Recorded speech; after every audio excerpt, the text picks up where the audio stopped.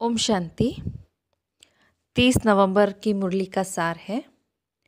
बाबा ने हम बच्चों को कहा कि हम अपना तन मन धन अथवा मनसा वाचा कर्मणा से ऐसी सर्विस करें जो 21 जन्मों के लिए बाबा से हमें एवजा मिल जाए।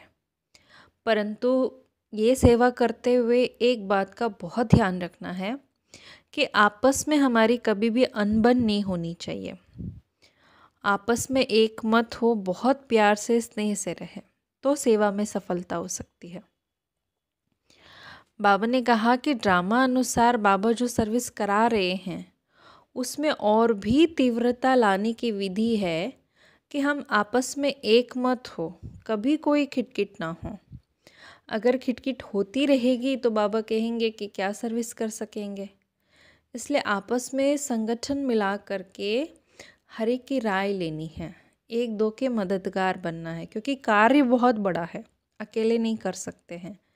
इसमें हमें अपने स्वभाव संस्कारों को मोल्ड भी करना होगा।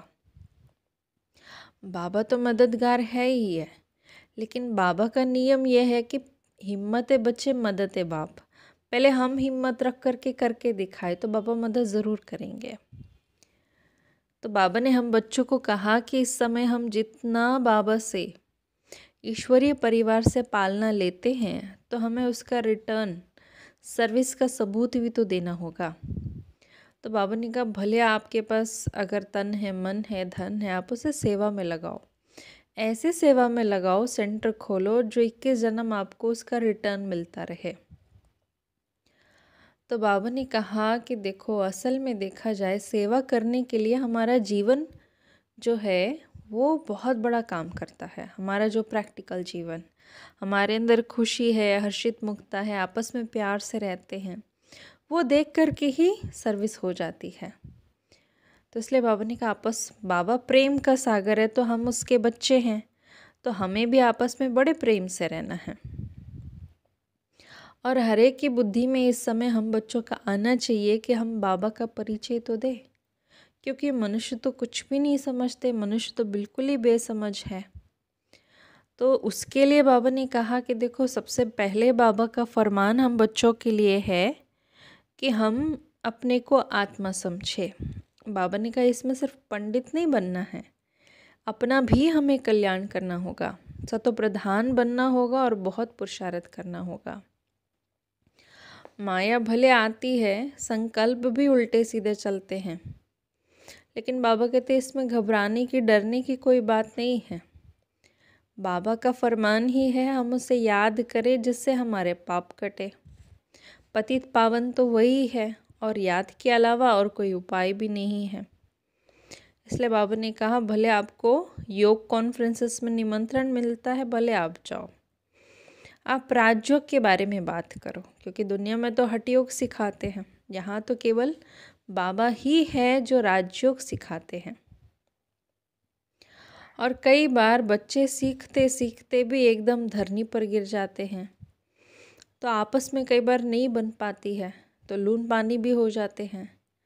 तो लेकिन बाबा कहते इससे डिसर्विस होती है। फिर बाबा ने कहा आज दिल्ली को याद किया कि दिल्ली में तो आप चारों ओर से घेराव डालो सेवाओं का, क्योंकि यहाँ आपस में भारत की राजधानी है, तो हम आपस में मिलकर के बहुत अच्छी सेवा कर सकते हैं और होती भी है। बाबा अकेला तो नहीं करेगा, बच्चे तो मददगार तो चाहिए चाहिए।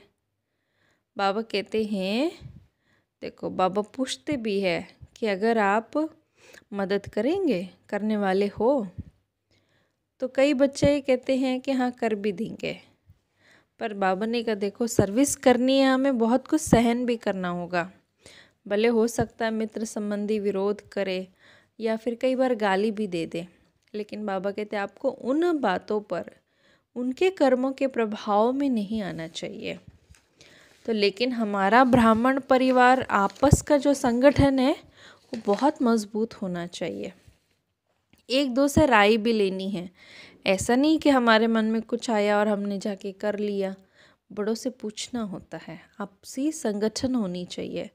बाबा ने कहा कि देखो, अगर एक के साथ दो हो जाता है तो 12 हो जाता है, अर्थात सभी की राय मिल जाती है तो और भी अच्छे आइडियाज़ निकल कर के आ सकता है, और भी नए तरीके मिल सकते हैं।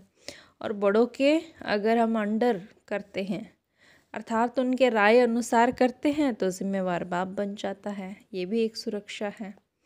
तो इसलिए बाबा कहते हैं कि बाबा मदद करने के लिए रेडी है, लेकिन पहले हम हिम्मत से आगे बढ़े तो सही।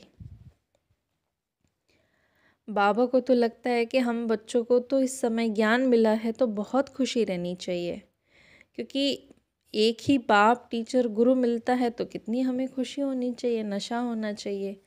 दुनिया में तो ये बातें कोई जानता भी नहीं है, क्योंकि बाबा ही नॉलेजफुल भी है, लिबरेटर भी है, तो गाइड भी है हमारा। कई बार बच्चों को, जैसे अभी शादी का सीज़न चल रहा है, तो शादी के कार्ड आते हैं, निमंत्रण आते हैं, तो बच्चे पूछते हैं बाबा हमें जाना चाहिए कि नहीं जाना चाहिए। बाबा तो कहते हैं जाना चाहिए, क्यों नहीं जाना चाहिए, पर ऐसा नहीं सज धज कर चले गए। लेकिन बाबा कहते हैं आपको सर्विस अर्थ जाना चाहिए। वहाँ जाकर आप बाबा का संदेश दो, भाषण करो, तो इससे उन आत्माओं का भला तो हो जाए कम से कम। भले आ सारा संसार विनाश काले विपरीत बुद्धि है, लेकिन बाबा कहते हैं कई बार बाबा को समझने वाले प्रीत बुद्धि वाले बच्चे भी अगर बाबा को याद नहीं करते हैं तो वो कम पद पालेंगे फिर तो। लेकिन जो पक्का निश्चय बुद्धि है, प्रीत बुद्धि है, जो याद करते हैं, तो वो विजय को पालेंगे फिर तो। और बाबा ने कहा कि देखो संसार का जो रचयिता है वो शिव बाबा ही है, उनका कर्तव्य भी है, त्रिमूर्ति शिव कहना चाहिए। लेकिन दुनिया में जो दिखाते हैं ब्रह्मा विष्णु शंकर दिखाते हैं, शिव बाबा को तो दिखाते ही नहीं। बाबा ने कहा वो तो ऐसी बात होगी मेन जैसे गला ही कटा हुआ हुआ ऐसा चित्र बन गया। इस समय सारे निधन के हैं और बाबा ही आकर हमें सुख शांति का पूर्ण वर्षा देते हैं। बाबा तो कहते हैं अब सब कुछ छोड़ो, एक बाप को याद करो। हमारे मन में किसी के प्रति भी कोई भी नफरत नहीं होनी चाहिए, और जो हमें ईश्वरीय मत मिलती है हमें उस पर ही चलना चाहिए। भले लोगों के मन में आता है कि भगवान के मन में पता नहीं क्या आया, ऐसी दुनिया बना दी, पर बाबा कहते ये तो ड्रामा अनादि है, रिपीट होता ही रहता है। तो अगर हम बच्चे भी अंदर ही अंदर बाबा बाबा कहते रहे तो हमारा भी कल्याण हो जाएगा। ये सारी अति गुह्य रमणीक बातें हैं, क्योंकि ज्ञान तो ऐसा है जैसे शेरनी का दूध। तो बाबा कहते शेरनी का दूध जो होता है वो सोने के बर्तन में ही ठहरता है। तो हमारी बुद्धि सोने की बर्तन बनी है, अभी इस बात को चेक करना है। तो जितना बाबा ने कहा मौत नज़दीक आता जाएगा तो बाबा की याद भी ज़्यादा ठहरती जाएगी। भले आज संसार जो भी मरने वाले होते हैं उनको कहते हैं कि भाई तुम भगवान को याद करो, अब बाबा स्वयं कहते हैं कि मुझे याद करो, क्योंकि ये हम सबकी वानप्रस्थ अवस्था है और हम सभी आत्माओं को वापस जाना ही है। और शिव बाबा कहते हैं कि इस समय सब अजामिल जैसे हैं, बहुत पाप किया हुआ है। तो इसलिए बाबा कहते हैं इस पाप से मुक्ति भी याद से ही हो सकती है। अब बाबा ने कहा देखो असल में देखा जाए ना तो भाई बहन का संबंध भी तोड़ देना चाहिए आपस में। बाबा कहते भाई भाई की दृष्टि ना पक्की हो जाए, आत्मिक दृष्टि पक्की हो जाए। ऐसा नहीं कि कोई ने हमें ज्ञान दिया या फिर कोई हमें बार बार प्रेरणा देता है पुरुषार्थ के लिए, पता चले हम उन्हीं में फंस गए।